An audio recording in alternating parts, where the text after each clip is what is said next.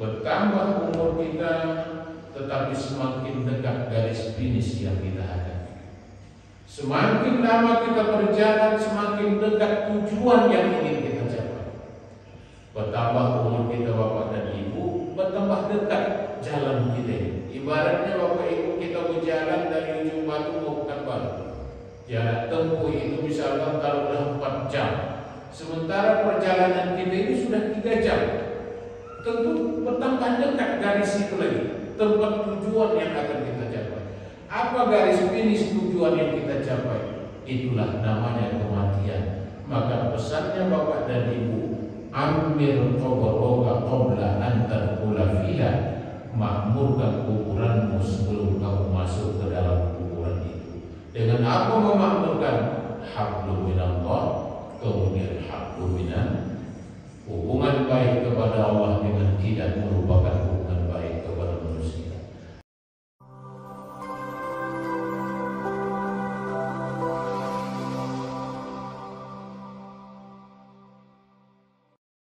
Bismillahirrahmanirrahim. Assalamualaikum warahmatullahi wabarakatuh.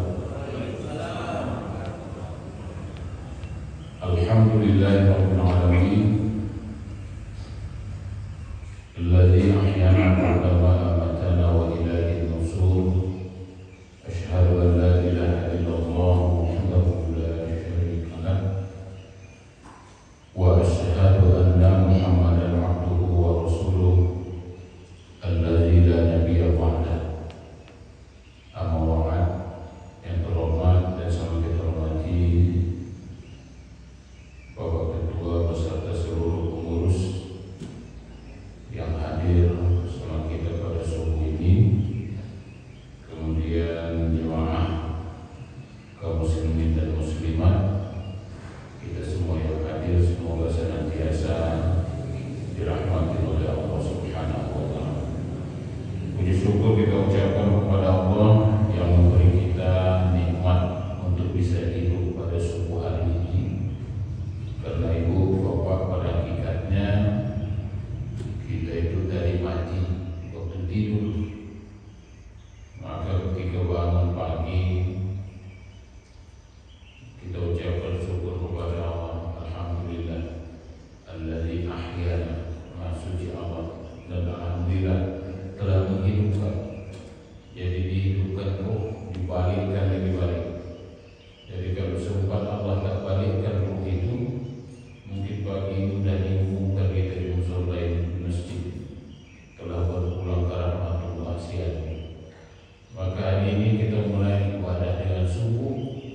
Mudah-mudahan subuh pagi hari ini akan membuka pintu rezeki dari Allah, dan semoga setiap langkah yang kita langkahkan dalam ridha Allah Subhanahu wa Ta'ala. Salawat dan salam kepada Nabi kita Muhammad Rasulullah sallallahu alaihi wasallam dengan ucapan Allahumma sholli wa sallim wa barik alaihi. Bapak Ibu jemaah yang dirahmati oleh Allah, kajian kita subuh ini masih memanfaatkan momen tahun baru Islam, karena dia punya begitu banyak serangan dalam hijriyah itu, paling tidak akan memberikan nasihat. Dan para ustaz kalau memberikan nasihat itu melalui kajian-kajian mimbar Jumat atau kajian ibu-ibu, tapi karena masih ada tersisa sedikit lagi, paling tidaknya nasihat ini insyaallah akan bermanfaat buat kita bersama. Ibu bapak jemaah yang dirahmati oleh Allah, sebelumnya mungkin mengingatkan kita kembali bahwa tahun baru Islam itu adalah sebuah sejarah pada masa pemerintahan Khalifah Umar bin Khattab. Karena pada masa beliaulah tahun Islam itu ada. Jadi kalau sebelumnya ditanya kapan Nabi Muhammad lahir, tidak ada tahun Islam Pak. Yang ada itu apa kejadian di sana. Waktu Nabi Muhammad SAW lahir, ada pasukan bergajah. Maka ditanya kapan Nabi Muhammad lahir, pada tahun gajah, tahun Fil. Waktu hijrah beliau dari kota Makkah ke negeri Madinah, kemudian waktu di Madinah balik lagi ke Makkah, beliau mampu menguasai kota Makkah setelah hijrah dari Madinah. Kapan tahunnya disebut dengan Fathul Makkah? Jadi dari mak kita dulu, Pak atau kita dulu macam itu juga. Walaupun tahun sudah ada, bila atau lagi, pokoknya sebelum Jepang, sudah Jepang. Pokoknya masuk PKI, disitulah lagi. Batandut Bapak Ibu. Jadi di kampung saya itu namanya macam-macam. Ada namanya nanti siatan itu Atan Gampu namanya. Aku di Atan Gampu karena pas dia lahir itu gempari. Gampu. Jadi banyak gelar. Dan gelar ini Bapak dan Ibu biasanya apa yang terjadi di saat itu.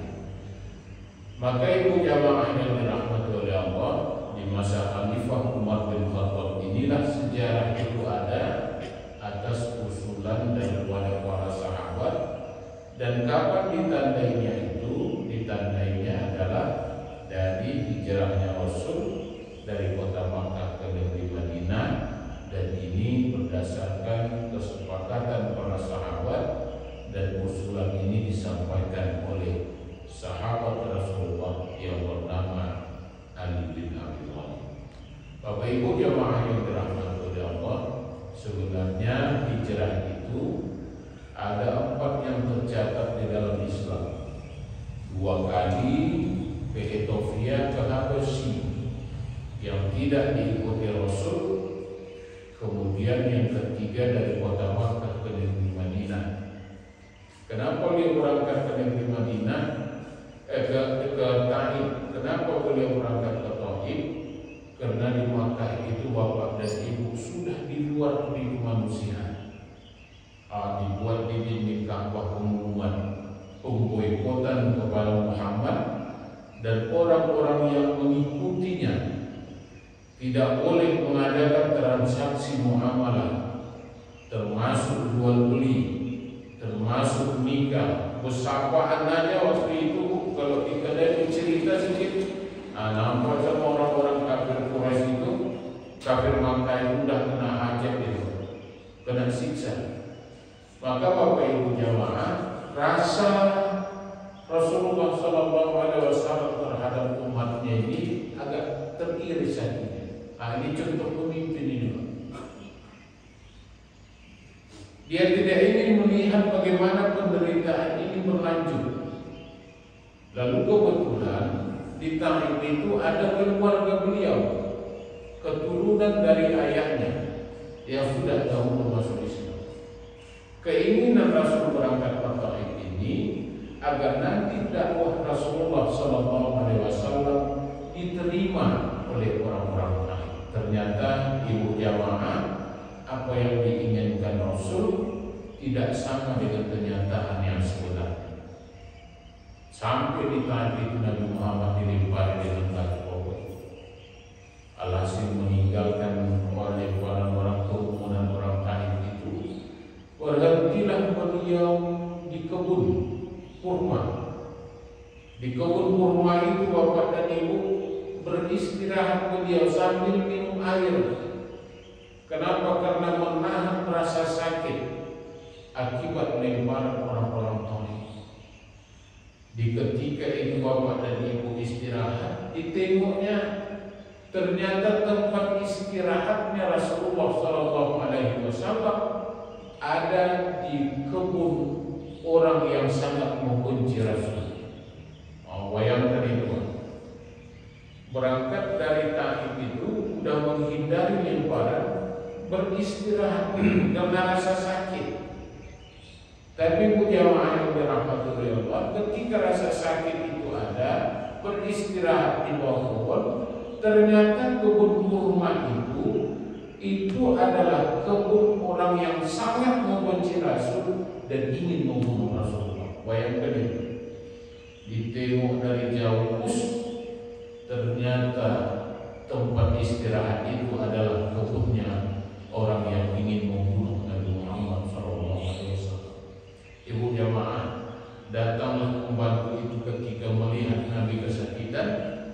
Ketika itu ada ucapan Rasulullah ketika minum. Ucapan itu adalah memuat kalimat Allah. Mendengar kalimat ini ternyata ada rasa haru di tubuh pembantu yang bekerja di kebun itu. Akhirnya dia merasa kasihan dan ternyata Nabi Muhammad SAW perbuatan yang ia lakukan bisa menarik hati pembantu yang ada di kebun itu, dan kemudian penduduk kebun itu pun, bukan penduduk, yang pembantu yang ada di kebun itu pun mendapat hidayah Allah dengan rasa aman dari Rasulullah SAW. Hijrahlah ibu, tidak berapa lama balik dari Makkah, ditengok di dinding Ka'bah itu sudah ditanggalkan. Apa yang ditanggalkan? Seluruh poin bokong dan dibuat, karena itu sudah dibuat di kemana sih. Tak berapa lama sudah itu meninggal pula istri beliau. Istrinya ini bapak dijadi kalau ditanya di kota Makkah itu, di provinsi Riau lah ibaratnya Makkah itu, siapa janda paling kaya? Jawabannya Khadijah. Tak ada lagi orang yang lebih kaya dari itu. Jadi terkenal dulu janda, bukan sekarang aja Pak. Janda itu dari dulu sudah selalu di depan. Kalau sekarang kan viral lagunya itu. Sehingga kadang ada mak-mak mau menyanyikan anaknya, mau menidurkan. Kalau dulu pakai sholawat itu. Kalau sekarang udah lagu itu aja. Bila ingin melihat ikan di dalam kolam kecil, kalau anaknya bilang ini janda, apa besar? Apa dah menjadi cari janda aja kayak gitu. Pakai jawab Nabi macam itu. Siapa Khadijah ini yang banyak membantu ketegaknya dakwah Rasul. Ulang Bapak Ibu Nabi Muhammad dari dakwah. Khadijah ini Bapak Ibu menangis di serambi rumah. Rasulullah bertanya, Khadijah, kenapa menangis? Apakah yang engkau tangiskan itu hartamu habis yang kau gunakan untuk tegaknya agama Allah? Khadijah ini pak terdiam. Khadijah, kalaulah yang engkau tangiskan itu hartamu habis untuk membantu tegaknya agama Allah, aku akan doakan bukit Uhud itu akan menjadi emas untuk mengganti harta kekayaan yang telah habis. Apa kata Khadijah? Ya Rasul, saya menangis bukan dikarenakan harta saya habis membantu tegaknya agama Allah, tapi yang saya tangiskan adalah saya tak tahu lagi dengan jalan apa membantu yang tegaknya agama Allah. Ya Rasul, andaikan engkau melewati sebuah sungai yang engkau tidak bisa menemukan jembatan sampai ke seberang sana, kalau aku masih hidup ya Rasul, kalau bisa badanku itu menjadi pelampung sampai ke seberang sana, aku rela. Kalau aku sudah meninggal ya Rasulullah, kalau masih bisa tulang belulangku engkau susun menjadi jembatan, maka aku rela tubuhku, tulang belulangku engkau susun menjadi jembatan sampai ke seberang sana. Masya Allah, ini pengorbanan istri. Mulai dari Rasulullah menerima wahyu, Khadijah ini orang setia. Bertahanus beliau Pak di Gua Hira. Siapa yang mengantarkan makanan ke sana? Khadijah. Pulang Nabi Muhammad SAW dari bertahan situ sampai ke rumah, selimuti aku, selimuti aku. Tidak ditanya oleh Khadijah. Aku tidak ada ditanya. Perintah suaminya selimuti aku, memang diselimuti. Tidak ada ditanya. Ibu, kira-kira kalau bapak pulang dari kebun sampai di rumah, selimuti aku dingin. Ibu langsung selimuti aku. Ibu bertanya, aku aja, aku nanti jadi. Kan macam itu Bu. Banyak pandang dulu yang selimut belum tahu lagi, karena tetangga udah heboh itu. Kalau kebetulan kalau emak-emak nanti viral, pemain media sosial udah difotonya tuh. Tiba-tiba panas dingin, pulang dari kebun, sehat-sehat aja dia miswa, kan macam itu tuh. Status itu. Enggak lagi Pak hari ini suami miswa. Apa pula miswa itu? Suami Pak. Coba baca ini. Misua itu juga memang cuma udah misua namanya. Nah, hantu bukan juga jadi tidak macam itu. Tapi dikerjakan. Maka itu jamaah, kalau ditanya siapa yang banyak membantu tegaknya dakwah agama Allah, jawabannya adalah saya dulu Pak ditanya itu di forum jamaah itu, Pak Ustaz, dulu Nabi itu berdakwah itu kan nggak pernah menerima amplop, nggak pernah Nabi itu dibayar oleh jamaah untuk berdakwah itu, maka tak boleh menerima biaya dakwah dari jamaah untuk mendakwahkan agama Islam. Jawab saya, iya Pak. Dulu kenapa Nabi bisa hidup dengan dakwah itu, Islam berkembang? Karena memang ada Khadijah di belakang. Khadijah ini istrinya kaya, janda kaya dulu. Macam kami Ustaz ini, kalau Khadijah di rumah tak macam itu, macam Khadijah Rasul. Kalau sempat Pak Khadijah yang di rumah itu macam Khadijah di zaman Rasul, tahu saya ibu bapak bayar, kami yang mengantar kue kembali, macam itu jawaban saya. Khadijah Ustaz ini memang macam itu. Jadi jangan di mana-mana aku cakap ini maaf. Ya, kata orang Ustaz hari ini tengok kalau tak menerima kalau tak menerima amplop, nggak mau dia ceramah. Ibu, jawabannya macam itu saja. Karena Khadijah di masa Rasul tak sama Khadijah kami yang ada di rumah sana. Macam itu saja. Kalau sempat Khadijah yang di rumah macam Khadijah, selesai itu Pak. Pembangunan masjid ini pun tak perlu kita menunggu mereka begini, selesai pun. Inilah yang dipanggil oleh Allah. Maka ibu jamaah, ketika ada orang yang nikah, dipanggil ustaz ke rumah kita mendoa, ada ucapan yang diucapkan oleh ustaz itu. Apa doa yang diucapkannya?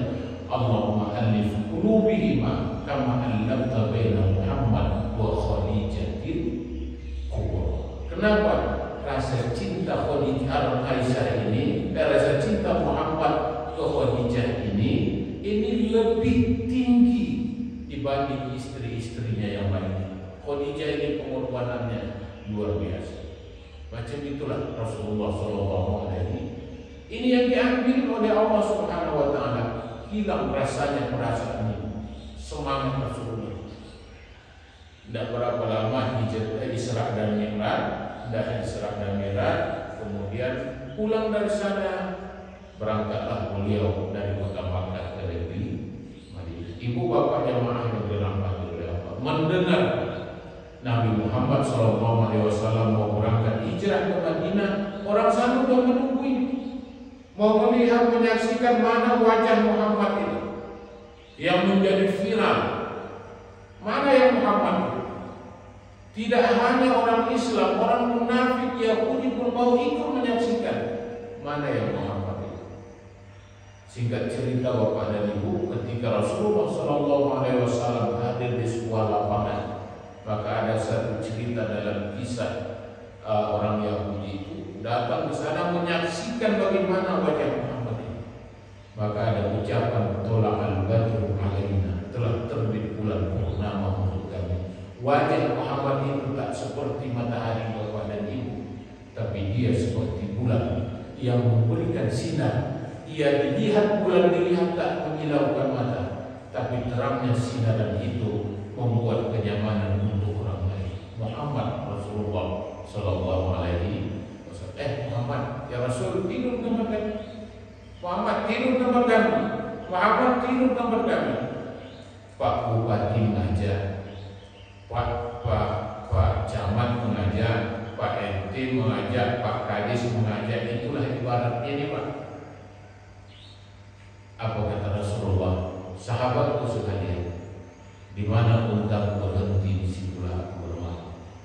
Ibu bapak jamaah yang dirahmati oleh Allah, andaikan tawaran Pak Bupati yang diterima oleh Rasulullah, tentu yang Pak RT ini agak cemburu, dia agak kecil hati. Iyalah, awak akulah, tentu ke situ lah boleh godang.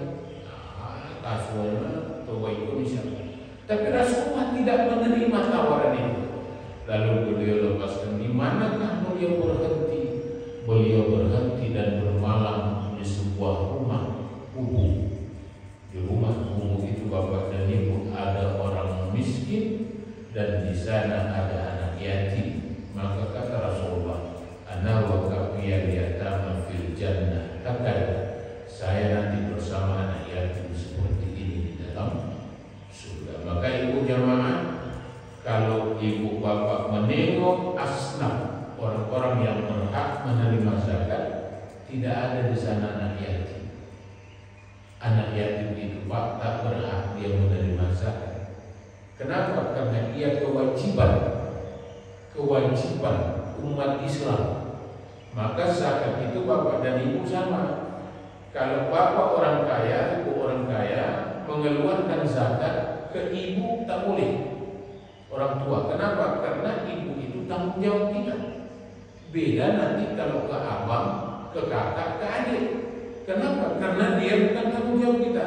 Selama ada orang yang berada di bawah kita, tidak boleh dikeluarkan zakat ke sana karena mereka tidak berhak menerima zakat. Maka bapak dan ibu anak yatim tidak berhak. Ada asnaf di sana, anak yatim. Kenapa tak ada asnaf di sana? Karena mereka tanggung jawab kita semua. Andaikan ada anak yatim yang menangis tak sekolah, andaikan ada anak yatim yang merintih tak bisa mendapatkan makanan, dosa umat Islam. Pak Ustaz, bagaimana nanti kalau di rumah itu ada anak yatim kebetulan dia miskin? Maka diberikanlah kepada pengasuhnya sebagai bentuk tanggung jawab kita. Maka ibu jamaah, saya bersama ini nanti, kata Rasulullah di dalam surga, tak ada batas Rasulullah dengan orang yang memeliharanya dan anak-anaknya. Bapak ibu jamaah yang dirahmati oleh Allah Subhanahu wa taala, terakhir perpindahan tahun itu bapak dan ibu disampaikan oleh para ustaz. Bertambah umur kita, tetapi semakin dekat garis finish yang kita hadapi. Semakin lama kita berjalan, semakin dekat tujuan yang ingin kita capai. Bertambah umur kita bapak dan ibu, bertambah dekat jalan kita. Ibaratnya bapak ibu kita berjalan dari ujung batu mau ke Batu. Jarak tempuh itu misalkan taruhlah 4 jam. Sementara perjalanan kita ini sudah 3 jam. Tentu bertambah dekat garis itu lagi, tempat tujuan yang akan kita capai. Apa garis finish tujuan yang kita capai? Itulah namanya kematian. Maka pesannya bapak dan ibu, amir qabraka qabla an tadkhula fiha, makmurkan kuburanmu sebelum kamu masuk ke dalam kuburan itu. Dengan apa memakmurkan? Hablum minallah, kemudian hablum minan, hubungan baik kepada Allah dengan tidak merupakan hubungan baik kepada manusia. Lalu ibu bapak sekalian, dulu pernah kita sampaikan, mati kita ini bapak dan ibu cuma 2 saja. Husnul khotimah, su'ul khotimah. Mati yang baik dengan mati yang jahat. 2 itu. Ini kajian kita dulu. Saya ulang sini. Mati yang baik itu bapak dan ibu diingat orang. Maka bapak ibu ketika kita berada di dalam rahim itu, di sana sudah dicatat berapa lamanya kita hidup di dunia. Berapa mau? 65 titik selesai. Tidak bisa jadi 66. Datang pun anak nanti mengantarkan kue tiap tahun. Panjang umurnya. Kan macam itu. Pakai kue. Kalau 40 buat 40. Kalau ulang tahunnya 11, lilin 11 kiri kanan, dikumpus itu. Kalau ulang tahunnya 60 pula lilin itu 60. Enggak boleh kue dimakan dulu Pak, tak boleh kue ini dipotong sebelum nanti lilin itu mati, dihembus. Coba yang orang 60 tahun menghembus lilin banyaknya 60. Untuk masih bernapas dia. Menghembus lilin belum selesai mati lilin, dia yang mati duluan. 60. Dikasih sama anak panjang umurnya setelah dia 60 tak bisa menjadi 67, tak bisa jadi 68, 65 selesai. Karena itu jadi di dalam rahim ini. Idza jaa ajaluhum la yastakhiruna sa'atan wa la yastaghfirun. Ketika ajal datang, 1 detik kamu tak bisa mempercepat, 1 detik kamu tak bisa memperlambat. Cuman Bapak dan Ibu, ada hadis doa yang disuruh Rasulullah, Allahumma tawwil umurana, ya Allah panjangkan umur kami. Apanya yang panjang? Hitungan matematikanya boleh berakhir, akan tetapi nanti 20-30 tahun kita sudah berada di dalam kubur, tapi namanya masih disebut oleh orang lain. Umurnya boleh habis, tapi nyawanya masih tetap panjang dikenal oleh orang-orang itu. Nah inilah, ibu dulu, bapak dulu, masjid ini rawa dulu, nggak ada dari nol. Dengan kegigihan urus bapak, udah besar mereka lah. Diingat orang 30 tahun yang akan datang, masih diingat orang jasa kebaikan ini. Ini bagian dari salah satu memperpanjang umur, kemudian bagian dari husnul khotimah, mati yang baik. Kalau yang suul khotimah itu Bapak Ibu jamaah, meninggal dia hari ini, tak dibaca orang, memang alhamdulillah, memang tak dibaca orang. Meninggal siapa? Ialah seminggu setelah itu, macam mana kampung kalian? Macam orang-orang apa itu, orang-orang viral itu, terjadi nambah. Itu dah. Ditanya, macam mana kampung sana? Alhamdulillah. Sejak meninggal siapa itu, aman kampung. Sandal di luar, sandal tak ada hilang, jemuran di belakang tak ada yang hilang. Sejak meninggal dia aman kampung kami ini. Waktu dia hidup, ya Allah, tak boleh ada yang nampak. Buka sedikit selesai. Kotak masjid pun lewat, kata orang. Ibu bapak memang tak dibaca orang, alhamdulillah. Tapi bersyukur orang mati kita aman kampung itu. Maka ketika kita ditanya, mana yang kita inginkan? Tentu semua kita ingin yang disebut dengan husnul khotimah, mati yang baik. Ibu jamaah, terakhir ada doa, Allahumma khtim a'malana wa ajalana bi husnil khotimah wa la takhtim a'malana wa ajalana bi su'il khotimah. Ya Allah, akhiri hidup kami ya Allah dengan penghabisan pengakhiran yang baik, dan jangan Engkau habisi akhir hayat kami ya Allah dengan penghabisan yang jahat. Subhanallah wa bihamdika, asyhadu an